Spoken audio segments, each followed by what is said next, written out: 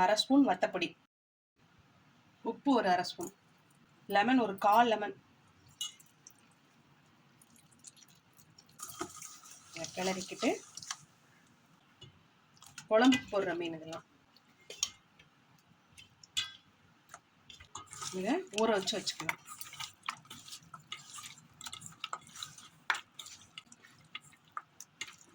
ஒரு சின்ன நெல்லிக்காய் அளவுக்கு புளி ஊற வச்சுக்கலாம். நல்லெண்ணெய் 2 டேபிள் ஸ்பூன், எண்ணெய் காயவும் 1 டீஸ்பூன் சீரகம், ஒரு பெரிய வெங்காயம், ஒரு பச்சை மிளகா நறுக்கி வச்சிருக்கதை சேர்த்துக்கலாம்.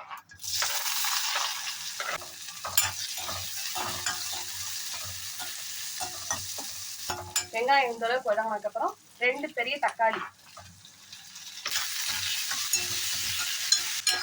நல்லா இந்த அளவுக்கு வதங்கினதுக்கப்புறம் அடுப்பு ஆஃப் பண்ணிக்கலாம். 3 ஸ்பூன் மல்லிப்பொடி,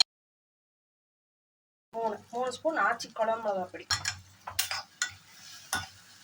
இதையும் சேர்த்து வதக்கி நல்லா ஆற வச்சுக்கலாம். 10 வெள்ளைப்பூடு, ஒரு 20 சின்ன வெங்காயம் எடுத்து இடிச்சு வச்சுக்கலாம்.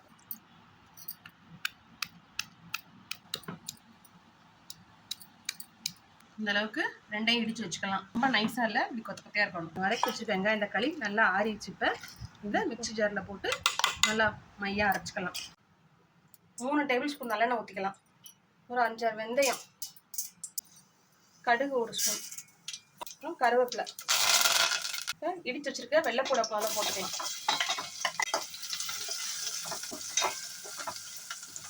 இதை ஒரு 2 நிமிஷம் வதக்கினா போதும். சின்ன வெங்காயம் சேர்த்துக்கலாம். வெங்காயம் நல்லா லேசாக இந்த வதங்கினதுக்கப்புறம் இந்த அரைச்சி வச்சிருக்கிற பேஸ்ட்டை சேர்த்துக்கலாம்.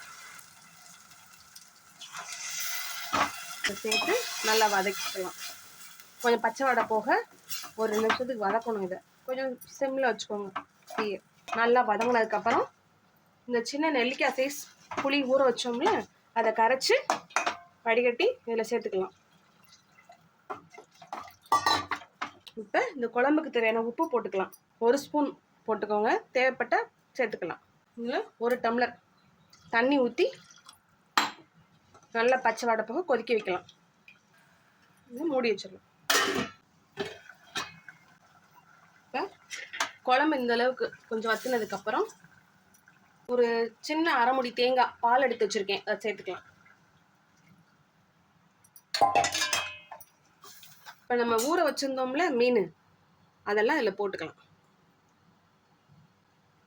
இதை போட்டு லேசாக இப்படி, ரொம்ப கிண்டக்கூடாது, லேசாக கிண்டிட்டு மூடி வச்சிடலாம். ஒரு 10 நிமிஷம் கொஞ்சம் மீடியம் ஃப்ளேமில் வச்சு மூடி வச்சிடலாம்.